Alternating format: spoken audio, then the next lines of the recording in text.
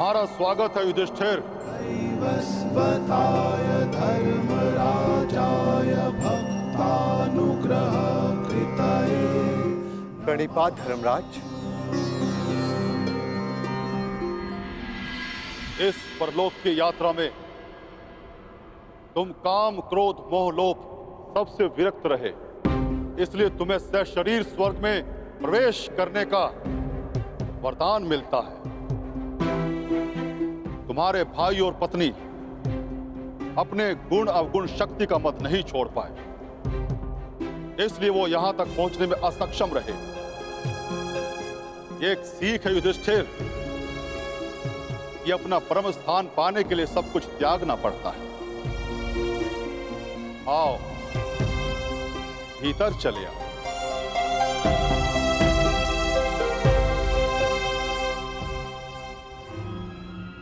आओ मित्र, भीतर चले। तुम इस कुकुर को अंदर नहीं ले जा सकते युधिष्ठिर।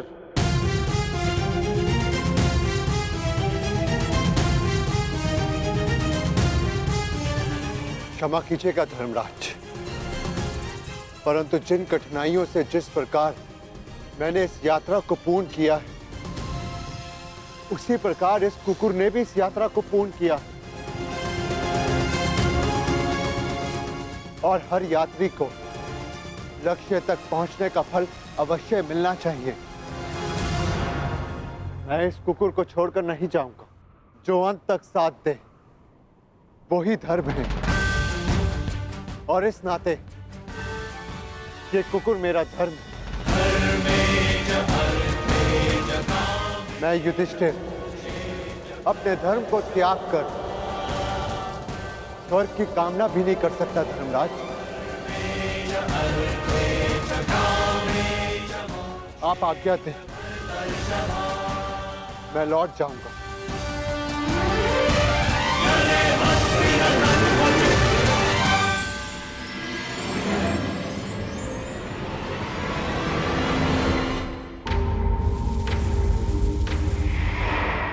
साधुवाद युधिष्ठिर, तुम अपनी परीक्षा में पूर्णतः सफल रहे। जो धर्म का साथ नहीं छोड़ता, धर्म उसे अवश्य परम धाम ले जाता है। चलो मेरे साथ स्वर्ग चले। जैसी आपकी आज्ञा धर्मराज।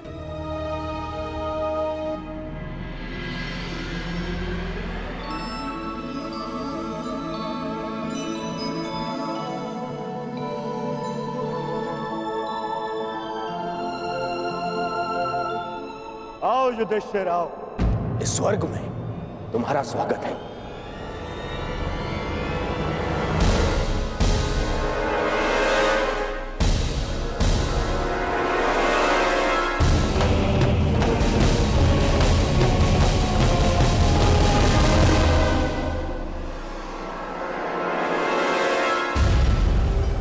अंततः हम मिल ही गए।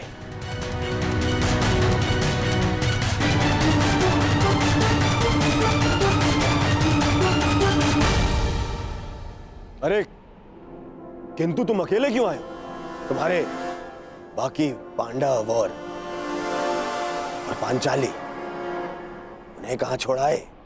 उन्हें साथ नहीं लाए? अरे कहीं यह भय तो नहीं था कि मैं दोबारा तुम्हारे भाइयों को दास बना दूंगा और द्रौपदी को दासी? हाँ?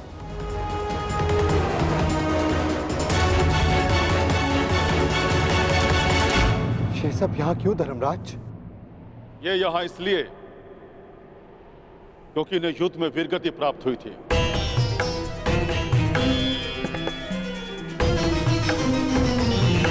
और ये पहले से निश्चित था कि जो कुरुक्षेत्र में वीरगति प्राप्त करेगा उसे स्वर्ग में स्थान मिलेगा। परंतु मेरे भाई और पांचाली कहाँ हैं धर्मराज? मुझे उन्हें देखना है। आओ मेरे साथ।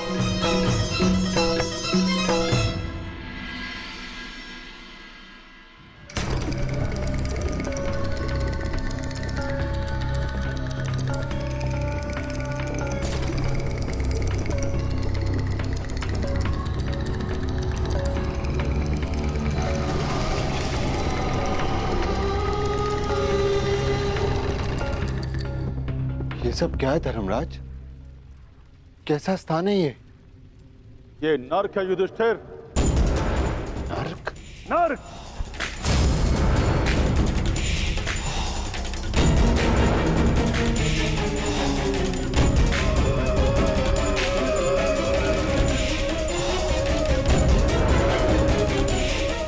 किंतु आप मुझे यहाँ क्यों लाए? चलिए। रुकिए सम्राट युधिष्ठिर! हमें छोड़कर मत जाइए। आपकी देह को छूकर जो वायु आ रही है उससे हमारा मन तृप्त हो रहा है। ये किनका स्वर है धर्मराज? उनका, जिन्हें अपने अपने कर्मों का दंड मिल रहा है।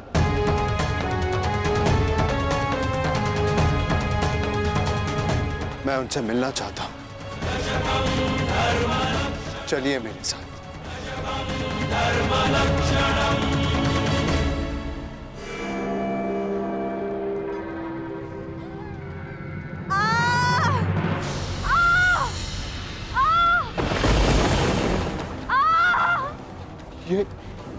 ये अन्याय है धर्मराज। पांचाली ने पाप नहीं किया था, उसके साथ पाप हुआ था। नहीं धर्मराज, तुम भूल रहे हो, पांचाली ने दुर्योधन का अपमान किया राजसूय यज्ञ में। अंधे का पुत्र अंधा। परंतु उसने दुर्योधन के साथ साथ धृतराष्ट्र का भी उपहास उड़ाया था। हर क्षेत्र में निपुण होने के पश्चात भी और स्वयंवर में बुलाए जाने के पश्चात भी कर्ण को अस्वीकार कर दिया। ये शरसंधान नहीं होगा, क्योंकि मैं एक सूत पुत्र से विवाह नहीं करूंगी। ये वही दर्प की अग्नि है जो इसे जला रही है।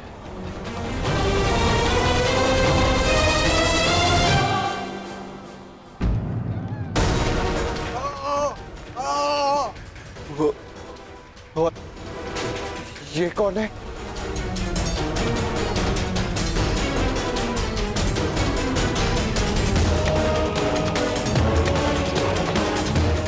अपना बचपन स्मरण करो युधिष्ठिर, और स्मरण करो धनुर्विद्या के महारथी बालक का, जिसने अभ्यास में विघ्न डालने वाले श्वान का मुख बाणों से भर दिया था।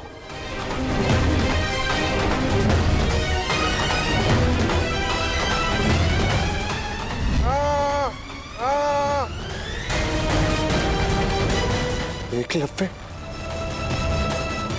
परंतु ये एकलव्य नहीं, ये वो है जिसके कारण एकलव्य को धनुर्विद्या का त्याग करना पड़ा और अपने अंगूठे का भी त्याग करना पड़ा।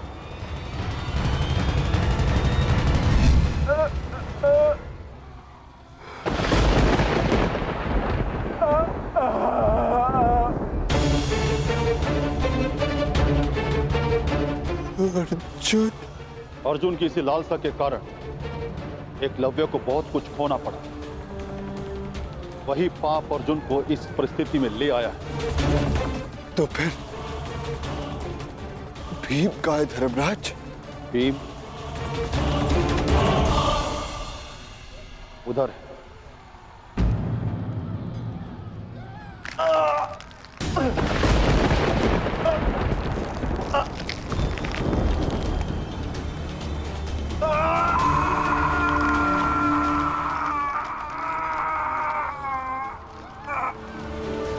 भीम की ये दशा क्यों धर्मराज?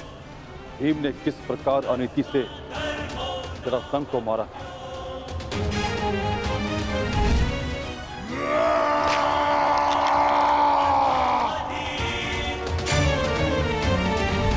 और किस प्रकार दुर्योधन की जंगा तोड़ी थी।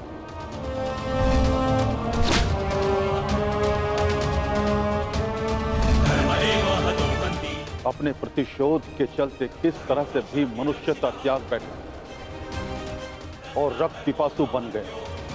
धर्म की स्थापना के लिए कभी कभी वध आवश्यक हो जाता है, परंतु बर्बर बनना उचित नहीं। भीम को उसकी बर्बरता का दंड मिल रहा है। क्या नकुल सहदेव को नहीं देखना चाहोगे? नहीं नहीं धर्मराज, वो दोनों फूल से जैसे बालक मेरे पुत्र जैसे, मेरे भाई नहीं, मैं उन्हें नहीं देख पाऊंगा, नहीं देख पाऊंगा मैं उन्हें।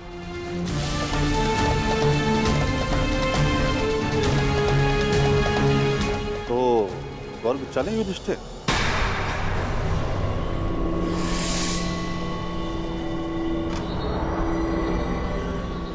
मैं क्यों? क्योंकि तुम अकेले अपने भ्राताओं में निष्पाप हो, इसलिए तुम्हें स्वर्ग में स्थान मिला।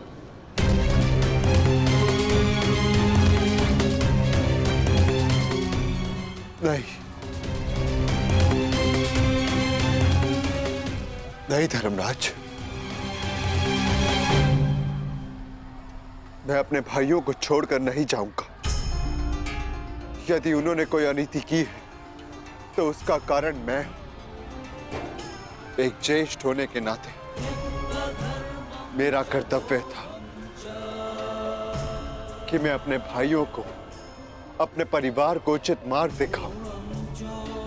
मैं अपने परिवार को छोड़कर नहीं जाऊंगा यहां से। जहां मेरा परिवार रहेगा वही मेरे लिए स्वर्ग है।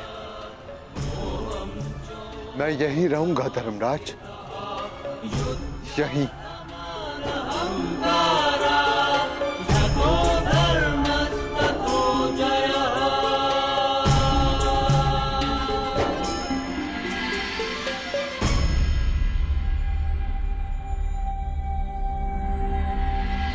अद्भुत युधिष्ठिर, अद्भुत। तुम्हारे कर्मों में केवल एक पाप था धर्मराज युधिष्ठिर। तुमने अपने गुरु द्रोणाचार्य से अश्वत्थामा के लिए आधा सच कहा, और वो आधा सच पूरे झूठ से बढ़कर था। इसलिए तुम्हें ये यातना दी गई। तुम्हारे सभी भ्राता और समस्त परिवार वहां है, स्वर्ग में, तुम्हारे स्वागत के लिए।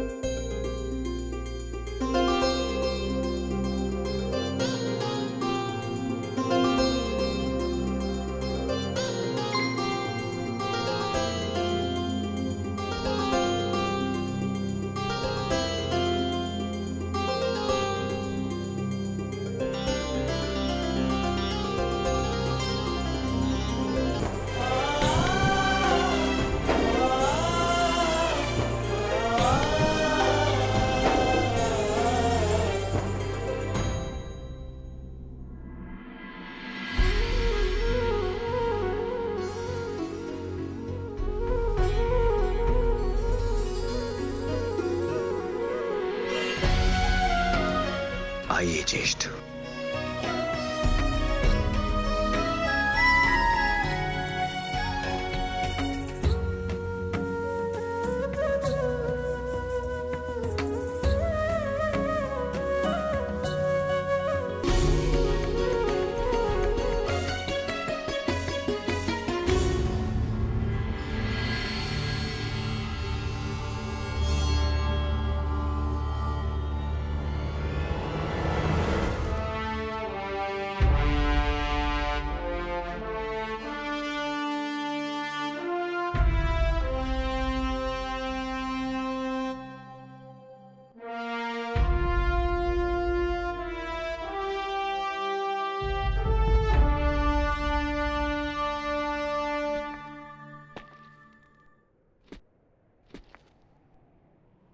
दिव्य दृष्टि से बाण शक्ति से जीते ये सारा रण। मित्र वेग है, सूर्य तेज है, कवच चढ़ा इसके तन।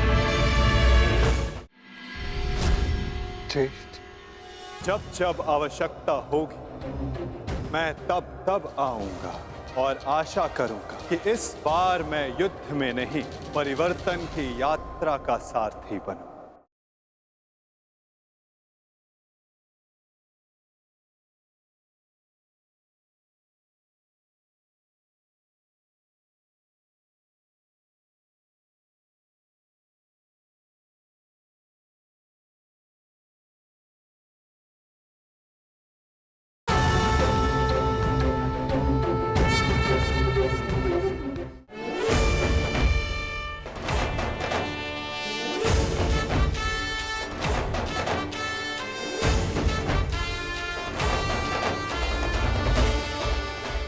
ज्येष्ठ।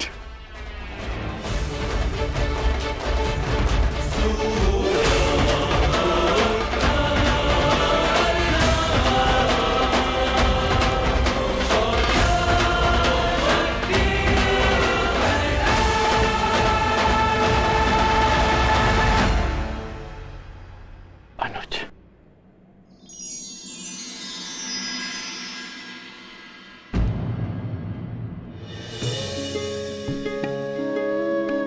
माधव,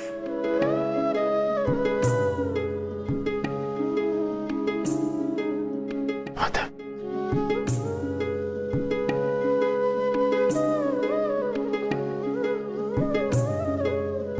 हाँ धर्मराज, और देखो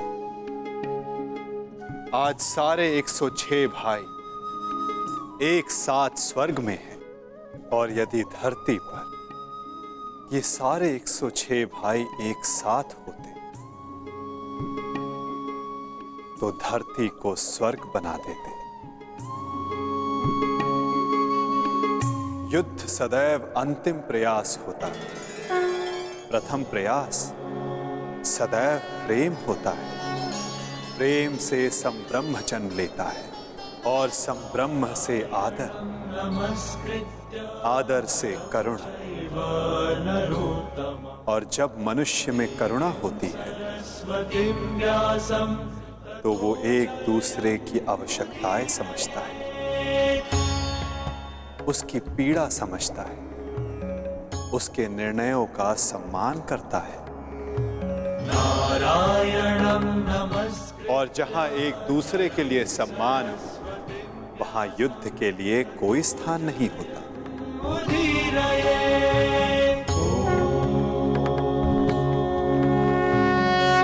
परंतु माधव, धरा को आपकी कमी अवश्य अनुभव होगी।